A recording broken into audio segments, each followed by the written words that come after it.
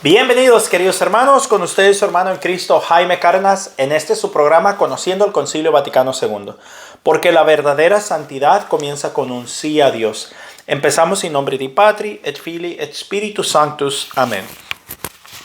Pater noster qui es in celis, sanctificetur nomen tuum, adveniat regnum tuum, fiat voluntas tua sicut in cielo et in terra.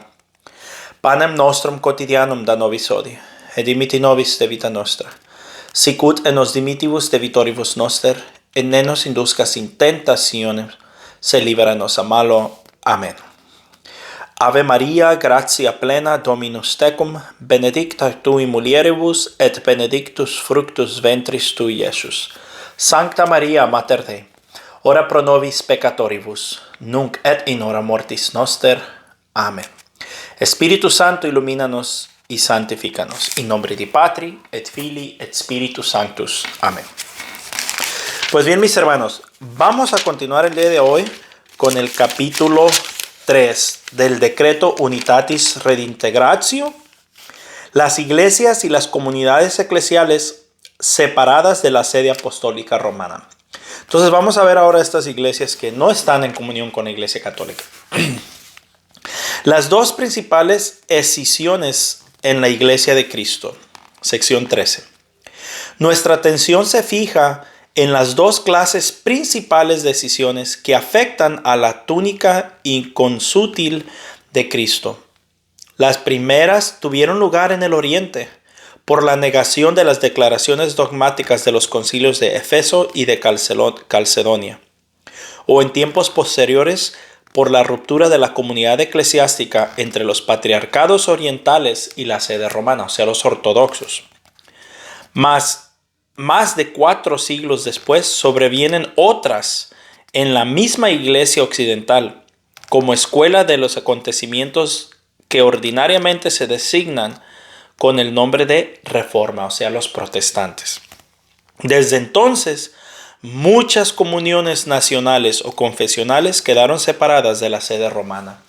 O sea, desde entonces se hizo una plaga de sectas, entre las que conservan en parte las tradiciones y las estructuras católicas.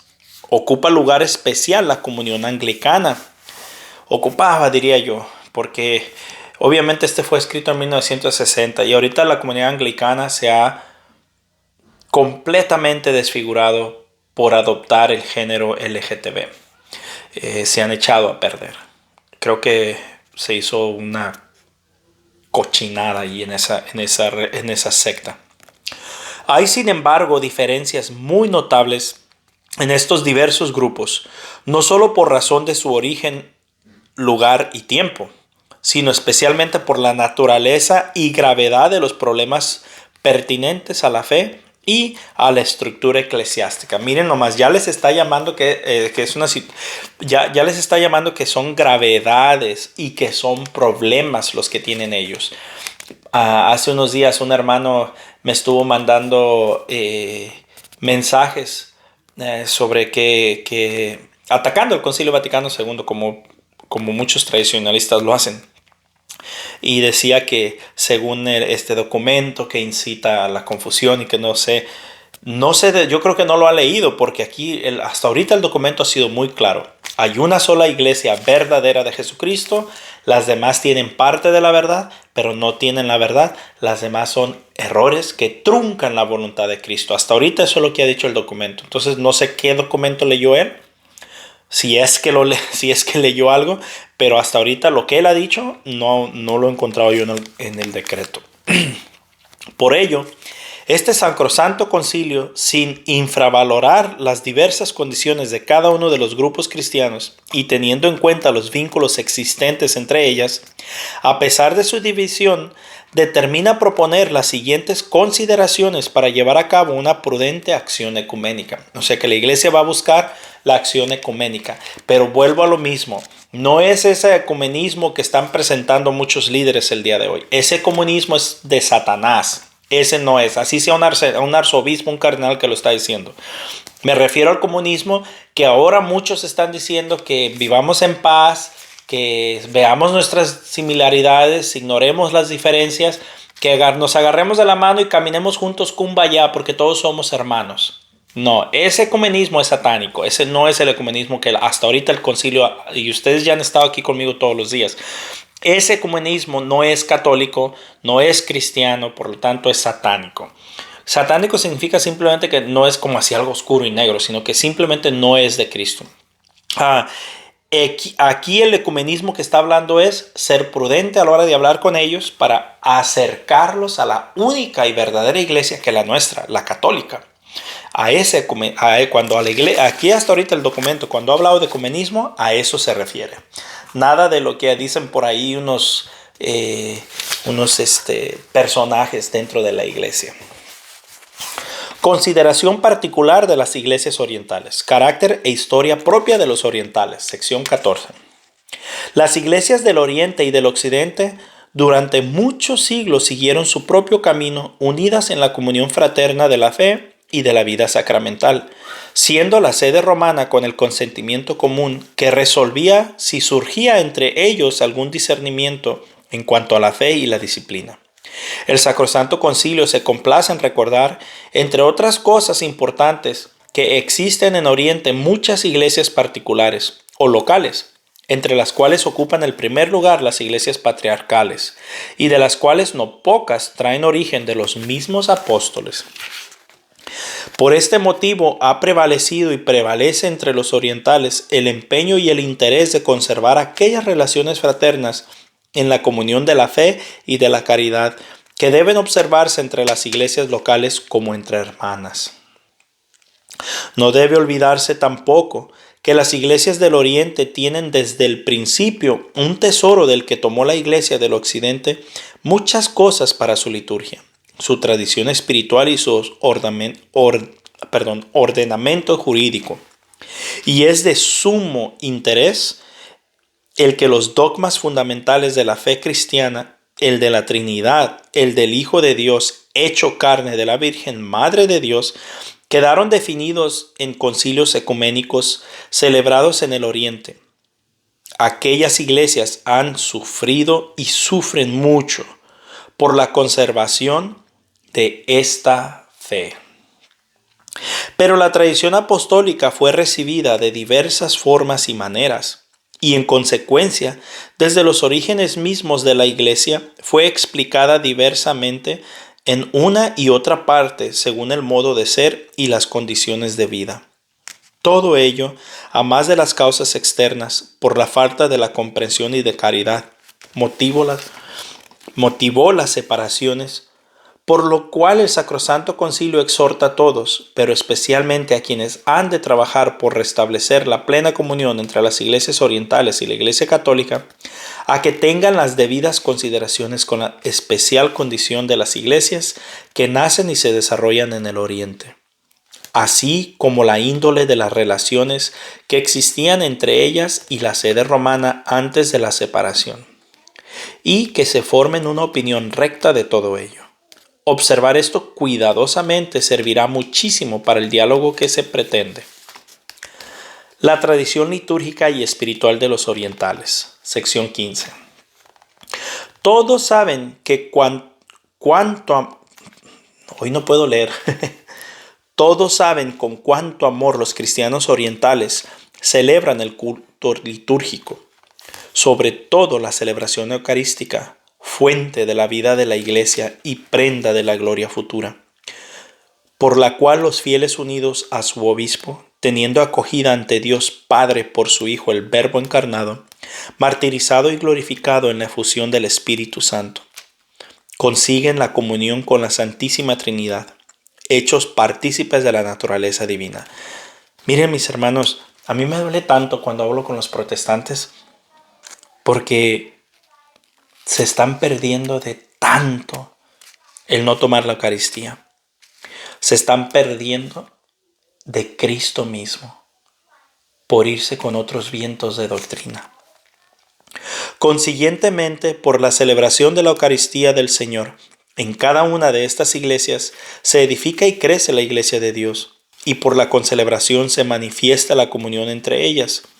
En este culto litúrgico los orientales ensalzan con hermosos himnos a María, siempre Virgen, a quien el Concilio Ecuménico de Efeso proclamó solemnemente Santísima Madre de Dios, para que Cristo fuera reconocido como Dios, como Hijo de Dios e Hijo del hombre, según las Escrituras, y honran también a muchos santos, entre ellos a los padres de la Iglesia Universal. Puesto que esas iglesias, aunque separadas, tienen verdaderos sacramentos y sobre todo por su sucesión apostólica, el sacerdocio y la Eucaristía, por los que se unen a nosotros con vínculos estrechísimos. No solamente es posible, sino que se aconseja alguna comunicación con ellos en las funciones sagradas en circunstancias oportunas y aprobándolo la autoridad eclesiástica. También se encuentran en el Oriente las riquezas de aquellas tradiciones espirituales que creó sobre todo en el monaquismo. Allí, pues, desde los primeros tiempos gloriosos de los santos padres, floreció la espiritualidad monástica que se extendió luego a los pueblos occidentales. De ella procede, como de su fuente, la institución religiosa de los latinos, que aún después tomó nuevo vigor en el Oriente. Por lo cual se recomienda encarecidamente a los católicos que acudan a estas riquezas espirituales de los padres del Oriente, que levantan a todo hombre a la contemplación de lo divino. Tengan todos presente que el conocer, venerar y servar y favorecer el riquísimo patrimonio litúrgico y espiritual de los orientales es de una gran importancia para conservar fielmente la plenitud de la tradición cristiana y para conseguir la reconciliación de los cristianos orientales y occidentales. Sección 16. Disciplina propia de los orientales. Las iglesias del Oriente, además, desde los primeros tiempos, seguían las disciplinas propias sancionadas por los santos padres y por los concilios, incluso ecuménicos, no oponiéndose a la unidad de la iglesia una cierta variedad de ritos y costumbres, sino acrecentando más bien su hermosura y contribuyendo al más exacto cumplimiento de su misión. Como antes hemos dicho, el Sacrosanto Concilio, para disipar de temor, declara que las iglesias orientales, conscientes de la necesaria unidad de toda la iglesia, tienen el derecho y la obligación de regirse según sus propias ordenaciones, puesto que son más acompañadas a la idiosincrasia de sus fieles y más adecuadas para promover el bien de sus almas. No siempre es verdad. Se ha observado bien este principio tradicional, pero su observancia es una condición previa absolutamente necesaria para el restablecimiento de la unión. Carácter propio de los orientales en la exposición de los misterios. Sección 17. Lo que antes hemos dicho acerca de la legitimidad de diversidad, nos es grato repetirlo también de la diversa exposición de la doctrina teológica, puesto que en el Oriente y en el Occidente se han seguido diversos pasos y métodos en la investigación de la verdad revelada y en el conocimiento y exposición de lo divino. No hay que sorprenderse, pues, de que algunos aspectos del misterio revelado a veces se hayan captado mejor y se hayan expuesto con más claridad por unos que por otros. De manera que hemos de declarar que las diversas fórmulas teológicas, más bien que oponerse entre sí, se complementan y perfeccionan unas a otras. En cuanto a las auténticas tradiciones teológicas de los orientales, hay que reconocer que radican de un modo manifiesto en las Sagradas Escrituras. Se fomentan y se vigorizan con la vida litúrgica. Se nutren de la viva tradición apostólica y de las enseñanzas de los padres orientales y de los autores eclesiásticos hacia una recta ordenación de la vida. Más aún tienden hacia una contemplación cabal de la verdad cristiana. Este sacrosanto concilio declara que todo este patrimonio espiritual y litúrgico, disciplinar y teológico, en sus diversas tradiciones pertenece a la plena catolicidad y apostolicidad de la Iglesia. Dando gracias a Dios, porque muchos orientales, hijos de la Iglesia católica, que conservan esta herencia y ansían vivirla, en su plena pureza y integridad, viven ya en comunión perfecta con los hermanos que practican la tradición occidental. Pues bien, mis hermanos, vamos a continuar hasta aquí el día de hoy. Ya vimos lo que son las tradiciones orientales. Mañana haremos la conclusión de estas tradiciones orientales y continuaremos con las iglesias en Occidente. Sí, para no apurarnos ni estar presionando el tiempo. Pues bien, mis hermanos, un fuerte abrazo, la paz del Señor. Gracias por estar con nosotros el día de hoy, de verdad se los agradezco. Como les he dicho antes, por favor, pongan un like, un comentario, aunque sea un amén, una pregunta, una duda. Y ¿qué les puedo decir?